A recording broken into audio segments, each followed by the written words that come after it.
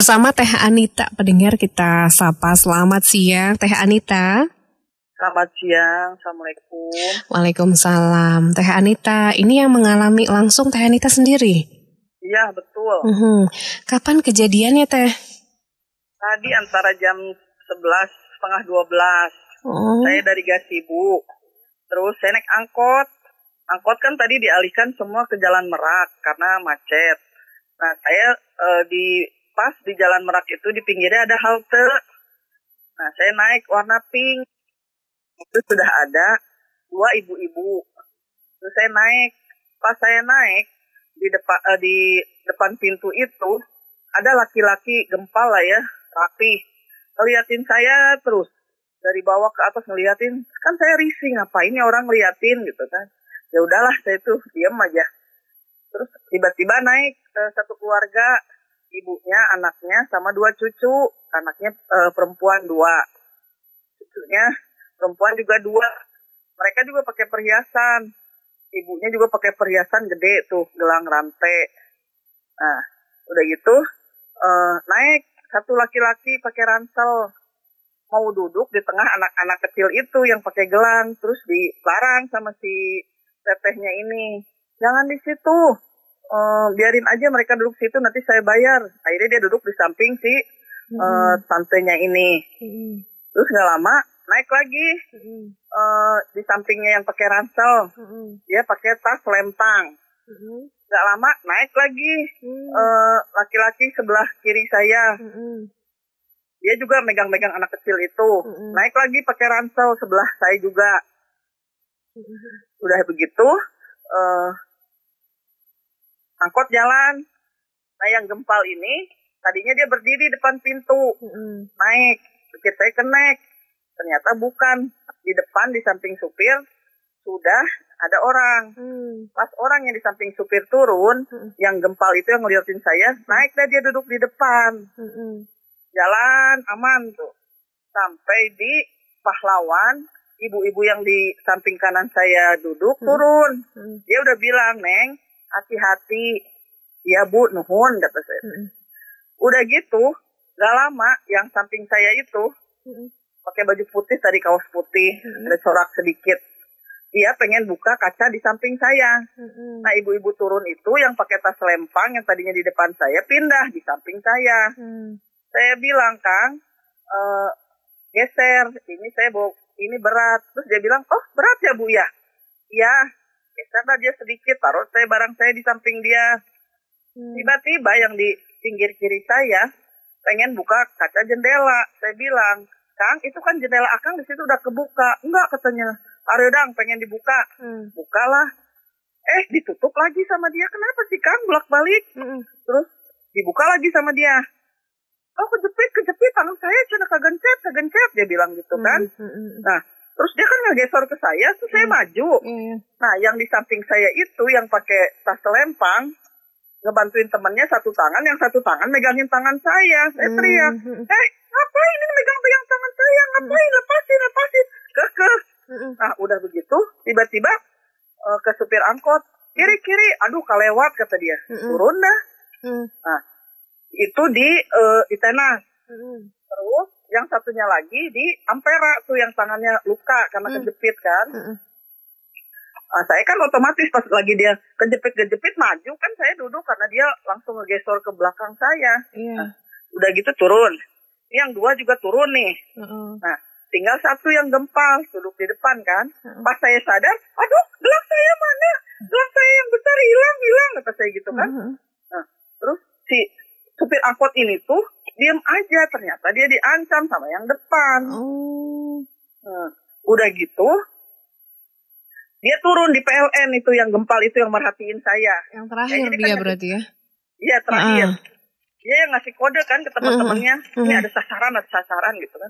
Turun. Kalau itu mukanya saya apal tuh, yang gempal itu tuh. Nah, udah turun, si angkot baru ngomong, si bapak angkot, "Neng, Bu, sebetulnya saya tahu itu copet 5 orang. Saya mau ngasih tahu Ibu hati-hati. Gimana Bu, saya udah diancam sama mereka," katanya kan. Mereka udah terlanjur turun. Nah, si bapak itu juga saya nggak ngeliat ya dia ditusuk apa gimana itu kan karena dia di depan sama si ini. Yang saya bingung pas yang si copet ini kegencet itu mobilnya ngebut tiba-tiba. Kan jadi panik di dalam mobil tuh, panik kita semua. Iya. Tangan saya dipegang, hei bilang gini. Panik. Terus pas saya bilang ke supir angkot yang pas copet udah pada turun, Pak kenapa? Ya itu Bu, saya disuruh cepat-cepat bawa katanya. Jadi si sopir ini juga ada tekanan ya di depan itu ya? Iya, sama yang gempal itu tuh. Makanya saya, ya Allah, terus trauma kan saya. Emang sih saya, sepertinya biarpun saya tidak pakai angkot pink itu, dia udah koordinasi dengan teman-temannya. Karena mereka naik berjarak gitu loh. Jalan supek langsung gitu. Enggak. Rumah saya kan jadinya. Betul. Nah, rumah saya kan di dekat Super Sirna. Saya memang rencananya mau ke Mutiara yang di Cicahem. Mau ke situ. Akhirnya udah terlanjur ya udahlah. Akhirnya si ibu-ibu yang sebelah saya, yang dia pakai gelang gede, dia bilang, Bu, saya juga dipepet-pepet terus. Terus itu juga susu saya dipegang-pegang terus sama si yang sebelah ibu katanya. Kok so ini katanya so akrab gitu kan. Nah itu kesempatan kayaknya Bu katanya. Jadi pas si nenek itu, saya juga nggak tahu ya apa sih orang tua ini dua komplotannya, nggak tahu juga. Soalnya kan tiba-tiba turun mereka dua kosong samping kanan saya. Nah yang ngepasin gelang saya itu yang pindah ke situ. Ibu waktu itu nggak kerasa tangannya, ya kan pas dipegang itu tangannya ya? Ya kan saya goyang gini terus. Kenapa ini lepasin? Itu kayaknya ditarik sama dia. Di situ ibu juga di situ nggak sadar ya bahwa nggak kerasa gelangnya hilang, udah lepas gitu ya kayaknya.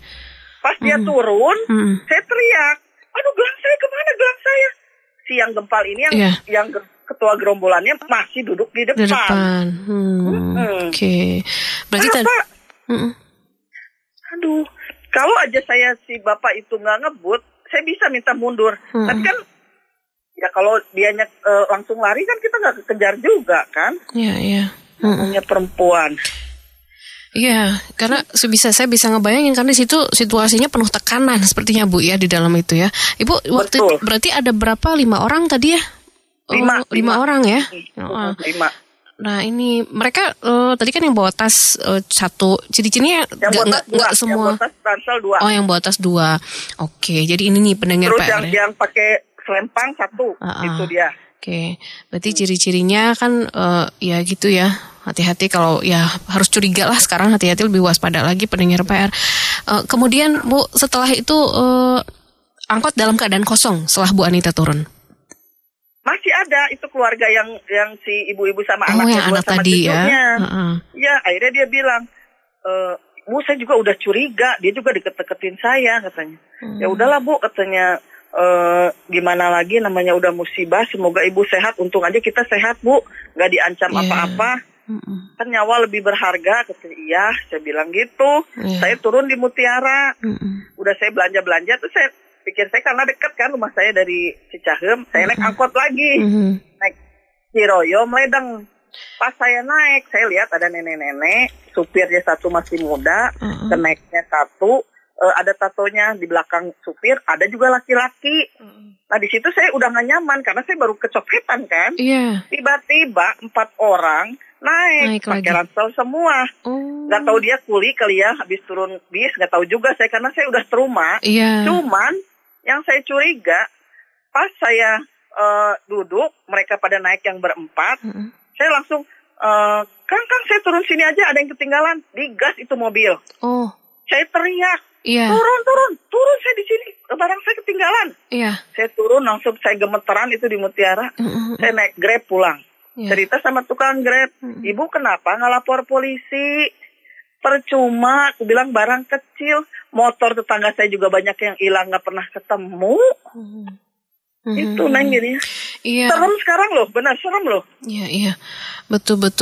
Aduh kami juga jadi apa ya?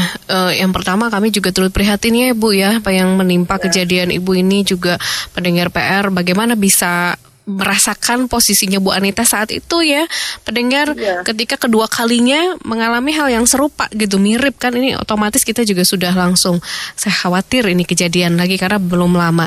Tadi yang angkot pink itu jurusan apa Bu?